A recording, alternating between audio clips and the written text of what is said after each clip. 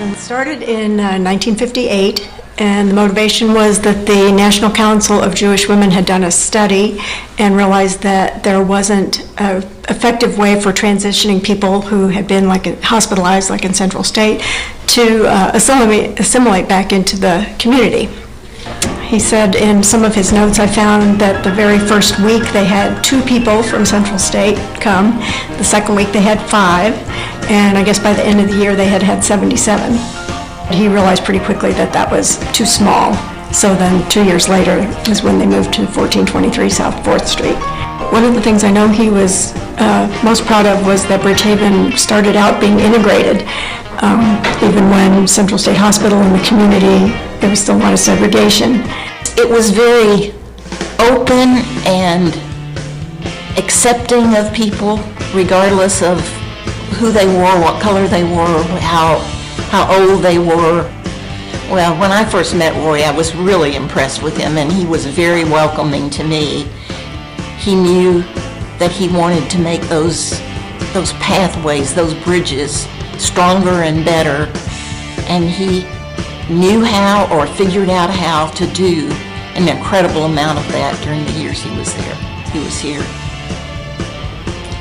I think the active involvement of the members in shaping what mental health treatment is like has been very significant during the time that I was here and since then. The staff here were all also very dedicated to mental health treatment and very good.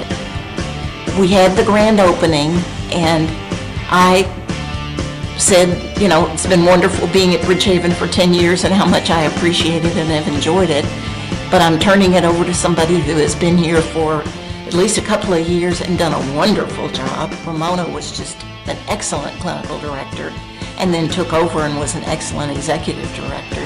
And I knew that would be the case because she cared as much as anybody could possibly care about Bridgehaven. Bridgehaven was a fit. It was a perfect fit. It was the second time in my professional career that I found the perfect job, and it was not a job. Working in mental health for me has never been just a job. The concept that recovery was possible, that people could return to living and learning and working and socializing where they chose, with the people that they chose, and to learn how to make connections with each other. It was just a really exciting time and exciting concept. So peer support was one of those things, the rehab and recovery approach was one of those things, and cognitive enhancement therapy was another one of those things. That Bridgehaven was a leader out in front saying, we're going to offer this to our members, and it's transformational, truly transformational. A luxury for this organization to have 2 times been able to have the leader help mentor and prepare the successor to the leadership position. In Stewart, we had a person able to not only bring the clinical background and the understanding of the work that Bridgehaven does with members and the whole recovery concept, but also somebody with the ability to think about leadership in a different way. With mental illness, there's a lot more diagnosis, a lot broader understanding of what those diagnoses are. When I started, a lot of members maybe were still from the time when they were institutionalized or personal care homes, and they didn't have a lot of freedom, to now where people do kind of live a lot more independent lives, have a lot more choices about how they spend their time and what they do. So recovery looks very different. So today, of course, we believe everyone can recover, everyone can find purpose and meaning in their lives. You know, just our understanding of mental health and mental illness has just changed radically. Once again, Bridgehaven taking a step into the future that other people are really not embracing. Has grown and expanded in terms of the kinds of things that it does to help people with their mental illness.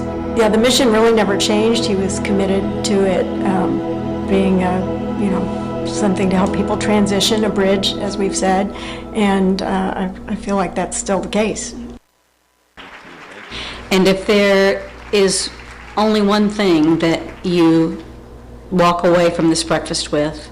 I hope that it will be, that you will walk away knowing that you are part of an organization that